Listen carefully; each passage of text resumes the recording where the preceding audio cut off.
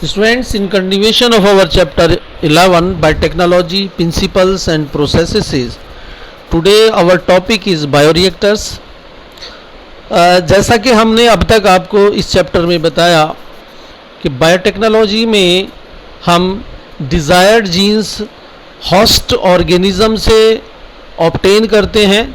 इन desired jeans को हम कहते हैं एलियन पीस ऑफ डीएनए. इस एलियन पीस ऑफ डीएनए को क्लोनिंग वेक्टर की हेल्प से ट्रांसफ़र किया जाता है बैक्टीरियल सेल में, प्लांट सेल में या एनिमल सेल्स में. और अल्टीमेटली इन सब इस ट्रांसफ़र का एम होता है to obtain useful product desired product obtain करना. ऐसे host cells, plant cell, animal cell, bacterial cell, जिनमें इन जीन्स को हम एलियन पीस ऑफ डीएनए को या जीन्स को, डिज़ायर्ड जीन्स को हम इंट्रोड्यूस करते हैं, वो हेट्रोलॉगस होस्ट होते हैं और उनसे ऑब्टेन होने वाली जो प्रोटीन है वो रिकॉम्बिनेंट प्रोटीन होती है. इन सेल्स को जिनके जीन्स मैनिपुलेट हो चुके हैं, इनको हम कल्चर करते हैं स्मॉलर स्केल पर लैब में, और लार्जर स्केल में इनका हम प्रोडक्शन करते हैं बिग वेसल्स में, बड़ी बड़ी वेसल्स में, जिनको हम बायोरिएक्टर्स कहते हैं. तो जब हमें 100 से 1000 लीटर्स तक प्रोडक्ट ऑब्टेन करने हो तो उसके लिए हमें बड़ी बड़ी वेसल्स की आवश्यकता होती है. These big vessels are called bioreactors. तो बायोरिएक्टर्स की जो साइंटिफिक डेफिनेशन है वो है आपकी, bioreactors are considered as the vessels in which raw materials are biologically converted into specific products by microbes, plants and animal cell and or their enzymes. जैसा कि आप समझ रहे हैं कि बायोरिएक्टर्स जो हैं वो बड़ी वेसल्स होती हैं जिनमें हम रॉ मटेरियल्स इंट्रोड्यूस करते हैं. ये रॉ मटेरियल आपके जो है वो मैनिपुलेटेड हेट्रोलॉगस होस्ट है और इन होस्ट से हम ऑब्टेन करते हैं अपने डिज़ायर्ड प्रोडक्ट. बायोरिएक्टर्स में लार्जर क्वांटिटी हम प्रोडक्ट की ऑब्टेन करते हैं क्योंकि बायोरिएक्टर्स एक कंटिन्यूअस कल्चर सिस्टम होता है जिसमें एक साइड में फ्रेश मटेरियल ऐड किया जाता रहता है और दूसरी साइड से प्रोडक्ट ऑब्टेन होते रहते हैं. जो लैबोरेटरी कल्चर है जिसमें स्मॉलर स्केल में हम प्रोडक्ट ऑब्टेन करते हैं, उनमें ये फैसिलिटी नहीं होती. फ्रेश मटेरियल जो है वो एक साइड में एंटर करना, इंट्रोड्यूस करना और प्रोडक्ट का दूसरी साइड से ऑब्टेन करना.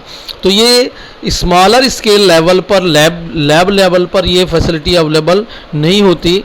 बायोरिएक्टर्स में एजिटेटर सिस्टम होता है, एजिटेटर सिस्टम जिससे वो जो मीडियम कंटेंट है, जो मीडियम उसका कल्चर का मीडियम है, उसको एजिटेट कर सके, ऑक्सीजन की सप्लाई हो सके, फॉर्म को कंट्रोल कर सके. टेम्परेचर कंट्रोल सिस्टम होता है, पीएच कंट्रोल सिस्टम होता है, सैम्पलिंग पोर्ट भी होता है. सैम्पलिंग पोर्ट में क्या होता है कि जिसमें हम थोड़ा सा मटेरियल जो है वो बायोरिएक्टर से निकाल कर चेक करते हैं कि क्या जो प्रोडक्ट हमारा बन रहा है या बना है वो एप्रोप्रिएट है, ठीक है, या अभी इसमें कुछ और हमें ऐड करने की आवश्यकता है. तो सैम्पलिंग पोर्ट भी होते हैं बायोरिएक्टर्स में. जो बायोरिएक्टर्स हम यूज़ करते हैं ये दो टाइप के बायोरिएक्टर्स का हम यूटिलाइजेशन करते हैं. ये बायोरिएक्टर्स आपके दो हैं, सिंपल स्टर्ड टैंक बायोरिएक्टर और स्पार्क्ड स्टर्ड टैंक बायोरिएक्टर. तो ये दो टाइप के बायोरिएक्टर्स का यूज़ जो है वो कॉमन है.